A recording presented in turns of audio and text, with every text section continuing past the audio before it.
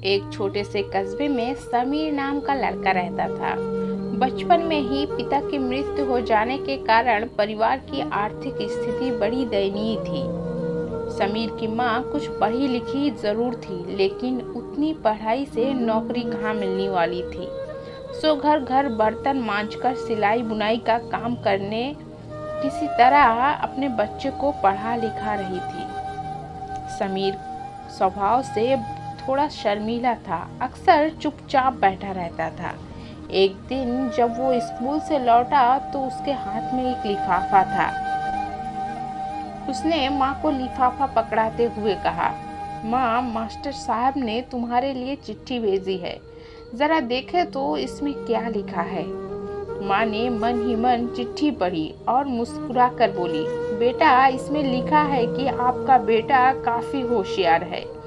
इस स्कूल के बाकी बच्चों की तुलना में इसका दिमाग बहुत तेज है और हमारे पास इसे पढ़ाने लायक शिक्षा नहीं है, इसलिए कल से आप इसे किसी और स्कूल में भेजें।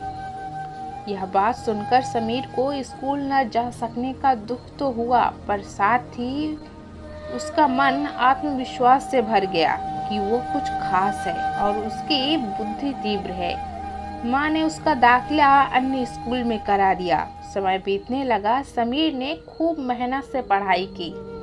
आगे चलकर उसने सिविल सर्विसेज परीक्षा भी पास की और आईएएस ऑफिसर बन गया।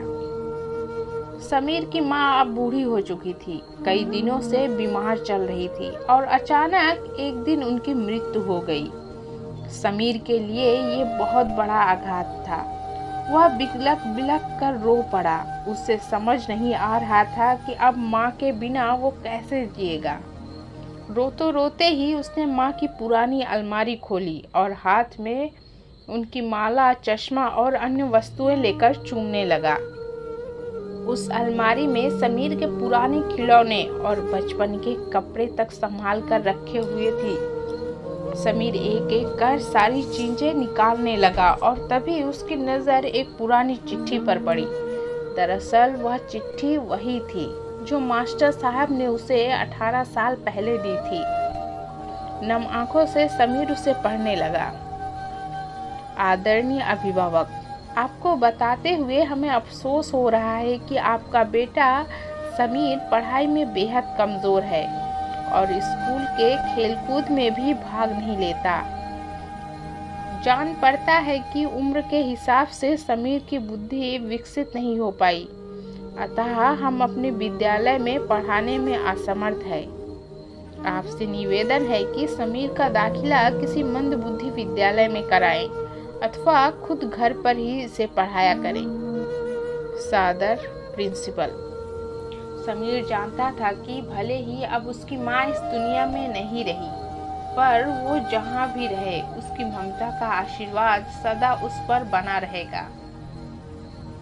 माँ से बढ़कर त्याग और तपस्या की मूरत भला और कौन हो सकता है। हम पढ़ लिख ले, बड़े होकर कुछ बन जाए, वो इसके लिए चुपचाप न जाने कितनी कुर्बानियाँ देती हैं, अपने ज़रूरतें मारकर हमारे शौक पूरी करती हैं। यहाँ तक कि संतान बुरा व्यवहार करे तो भी माँ उसका भला ही सोचती है।